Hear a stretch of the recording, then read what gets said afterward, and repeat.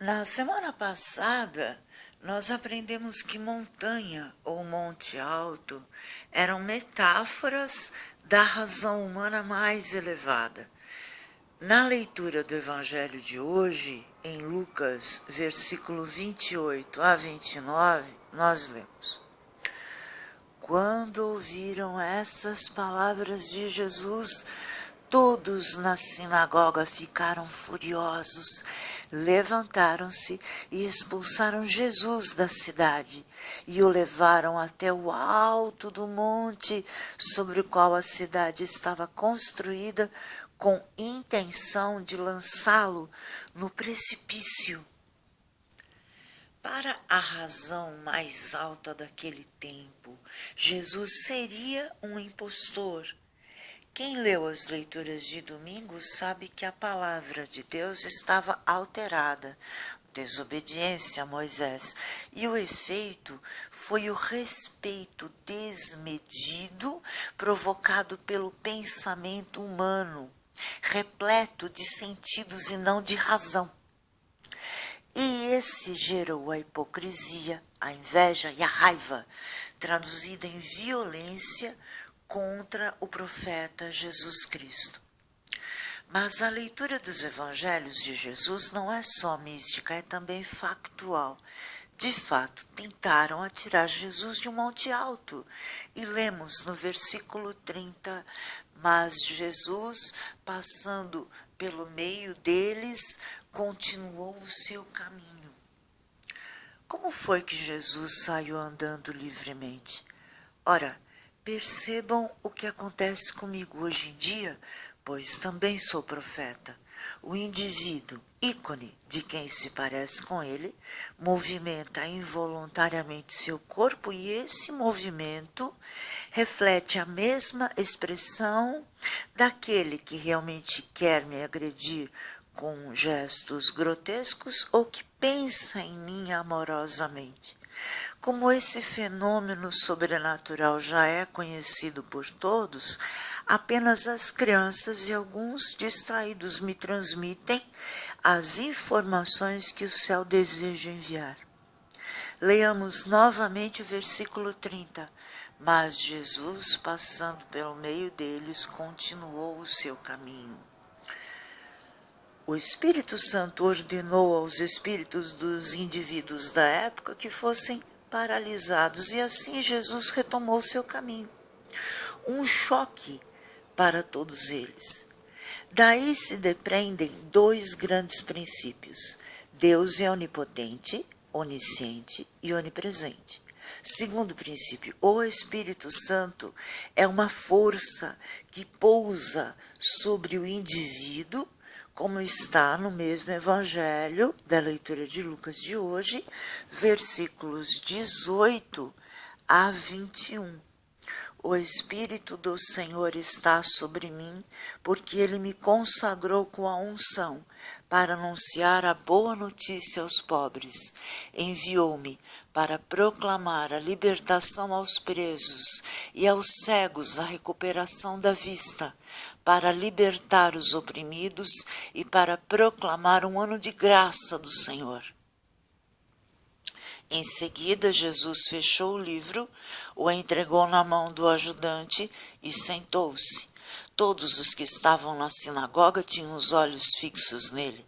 Então Jesus começou a dizer-lhes: hoje se cumpriu essa passagem da Escritura que vocês acabam de ouvir.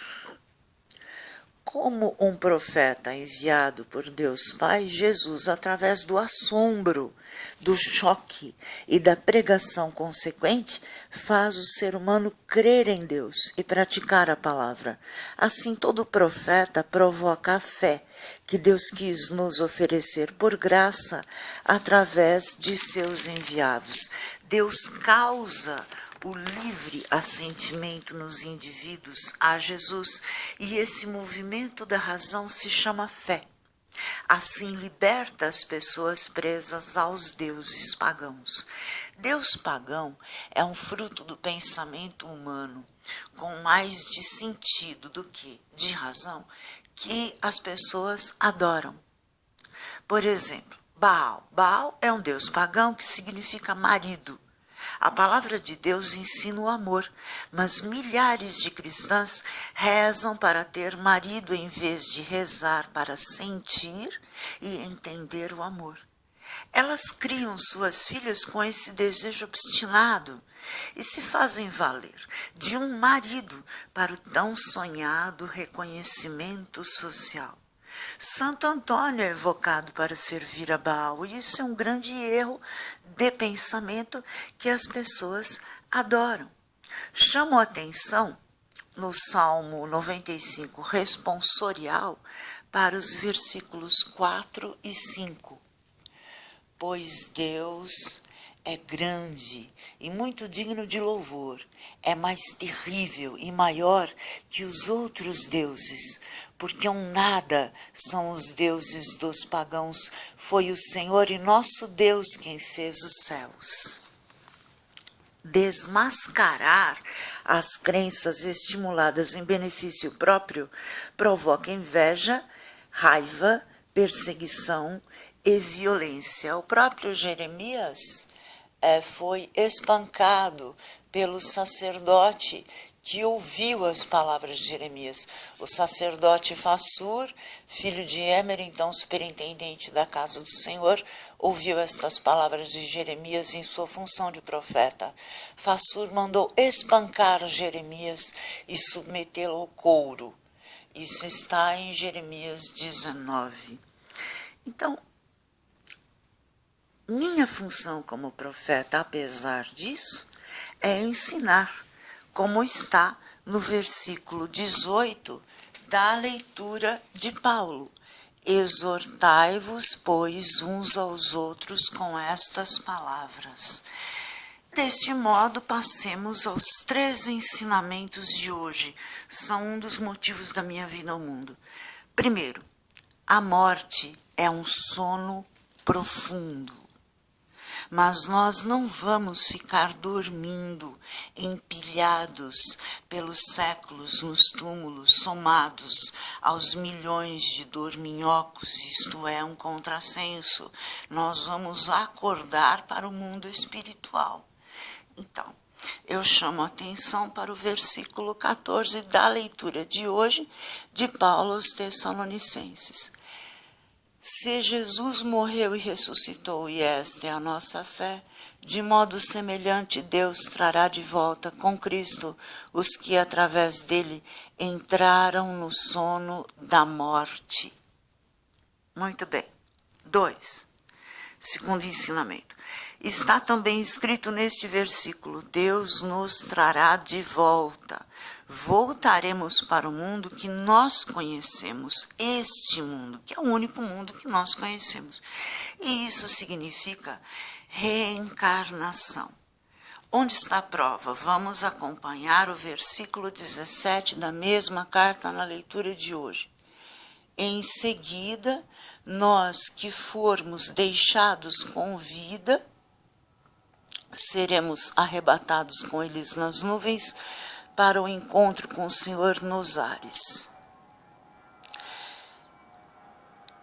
15 também, no 15. Isto vos declaramos segundo a palavra do Senhor, nós que formos deixados com vida para a vinda do Senhor. Olha, é claro que ninguém do primeiro século de Paulo ficou aqui vivendo até hoje. Deus nos traz de volta ao mundo periodicamente, pois há um intervalo entre uma morte e uma reencarnação segundo a natureza da alma. Deus é Deus dos vivos, Deus de Abraão, Isaac e Jacó. Seja no mundo espiritual, seja no mundo que nós conhecemos, nós estamos vivos. E assim, é altamente provável que alguém do século I esteja vivo na vinda definitiva de Cristo, não é? O terceiro ensinamento está no versículo 16. Pois o Senhor mesmo, quando for dada a ordem, a voz do arcanjo ao som da trombeta, descerá do céu, e os que morreram em Cristo ressuscitarão primeiro. Ou seja, a Paulo nos fala daqueles que morrerão no momento da vinda de Cristo. Estes serão ressuscitados se o seu entendimento opera segundo a sabedoria de Deus, ou seja, estes ressuscitarão no ato de sua morte mesmo. E que o Senhor voltará está no Salmo responsorial de hoje, versículo 13. Na presença do Senhor, pois ele vem, porque vem para julgar a terra inteira. Governará o mundo todo com justiça e os povos julgará com lealdade. Este salmo tanto se refere à primeira vinda do Senhor, quando ele nos ensina a sua palavra, como da segunda vinda, quando ele virá para exterminar com o demônio. Na véspera de sua paixão, Jesus tomou o pão, deu graças e o abençoou e disse aos seus discípulos: tomai este pão é o meu corpo, que será entregue por vós. Do mesmo modo, ao fim da ceia, ele tomou o cálice e disse: este cálice é o vinho do meu sangue. Tomai dele e bebei, para que tenhais a vida eterna. Fazei isto em memória de mim. Senhor, dai-me a salvação.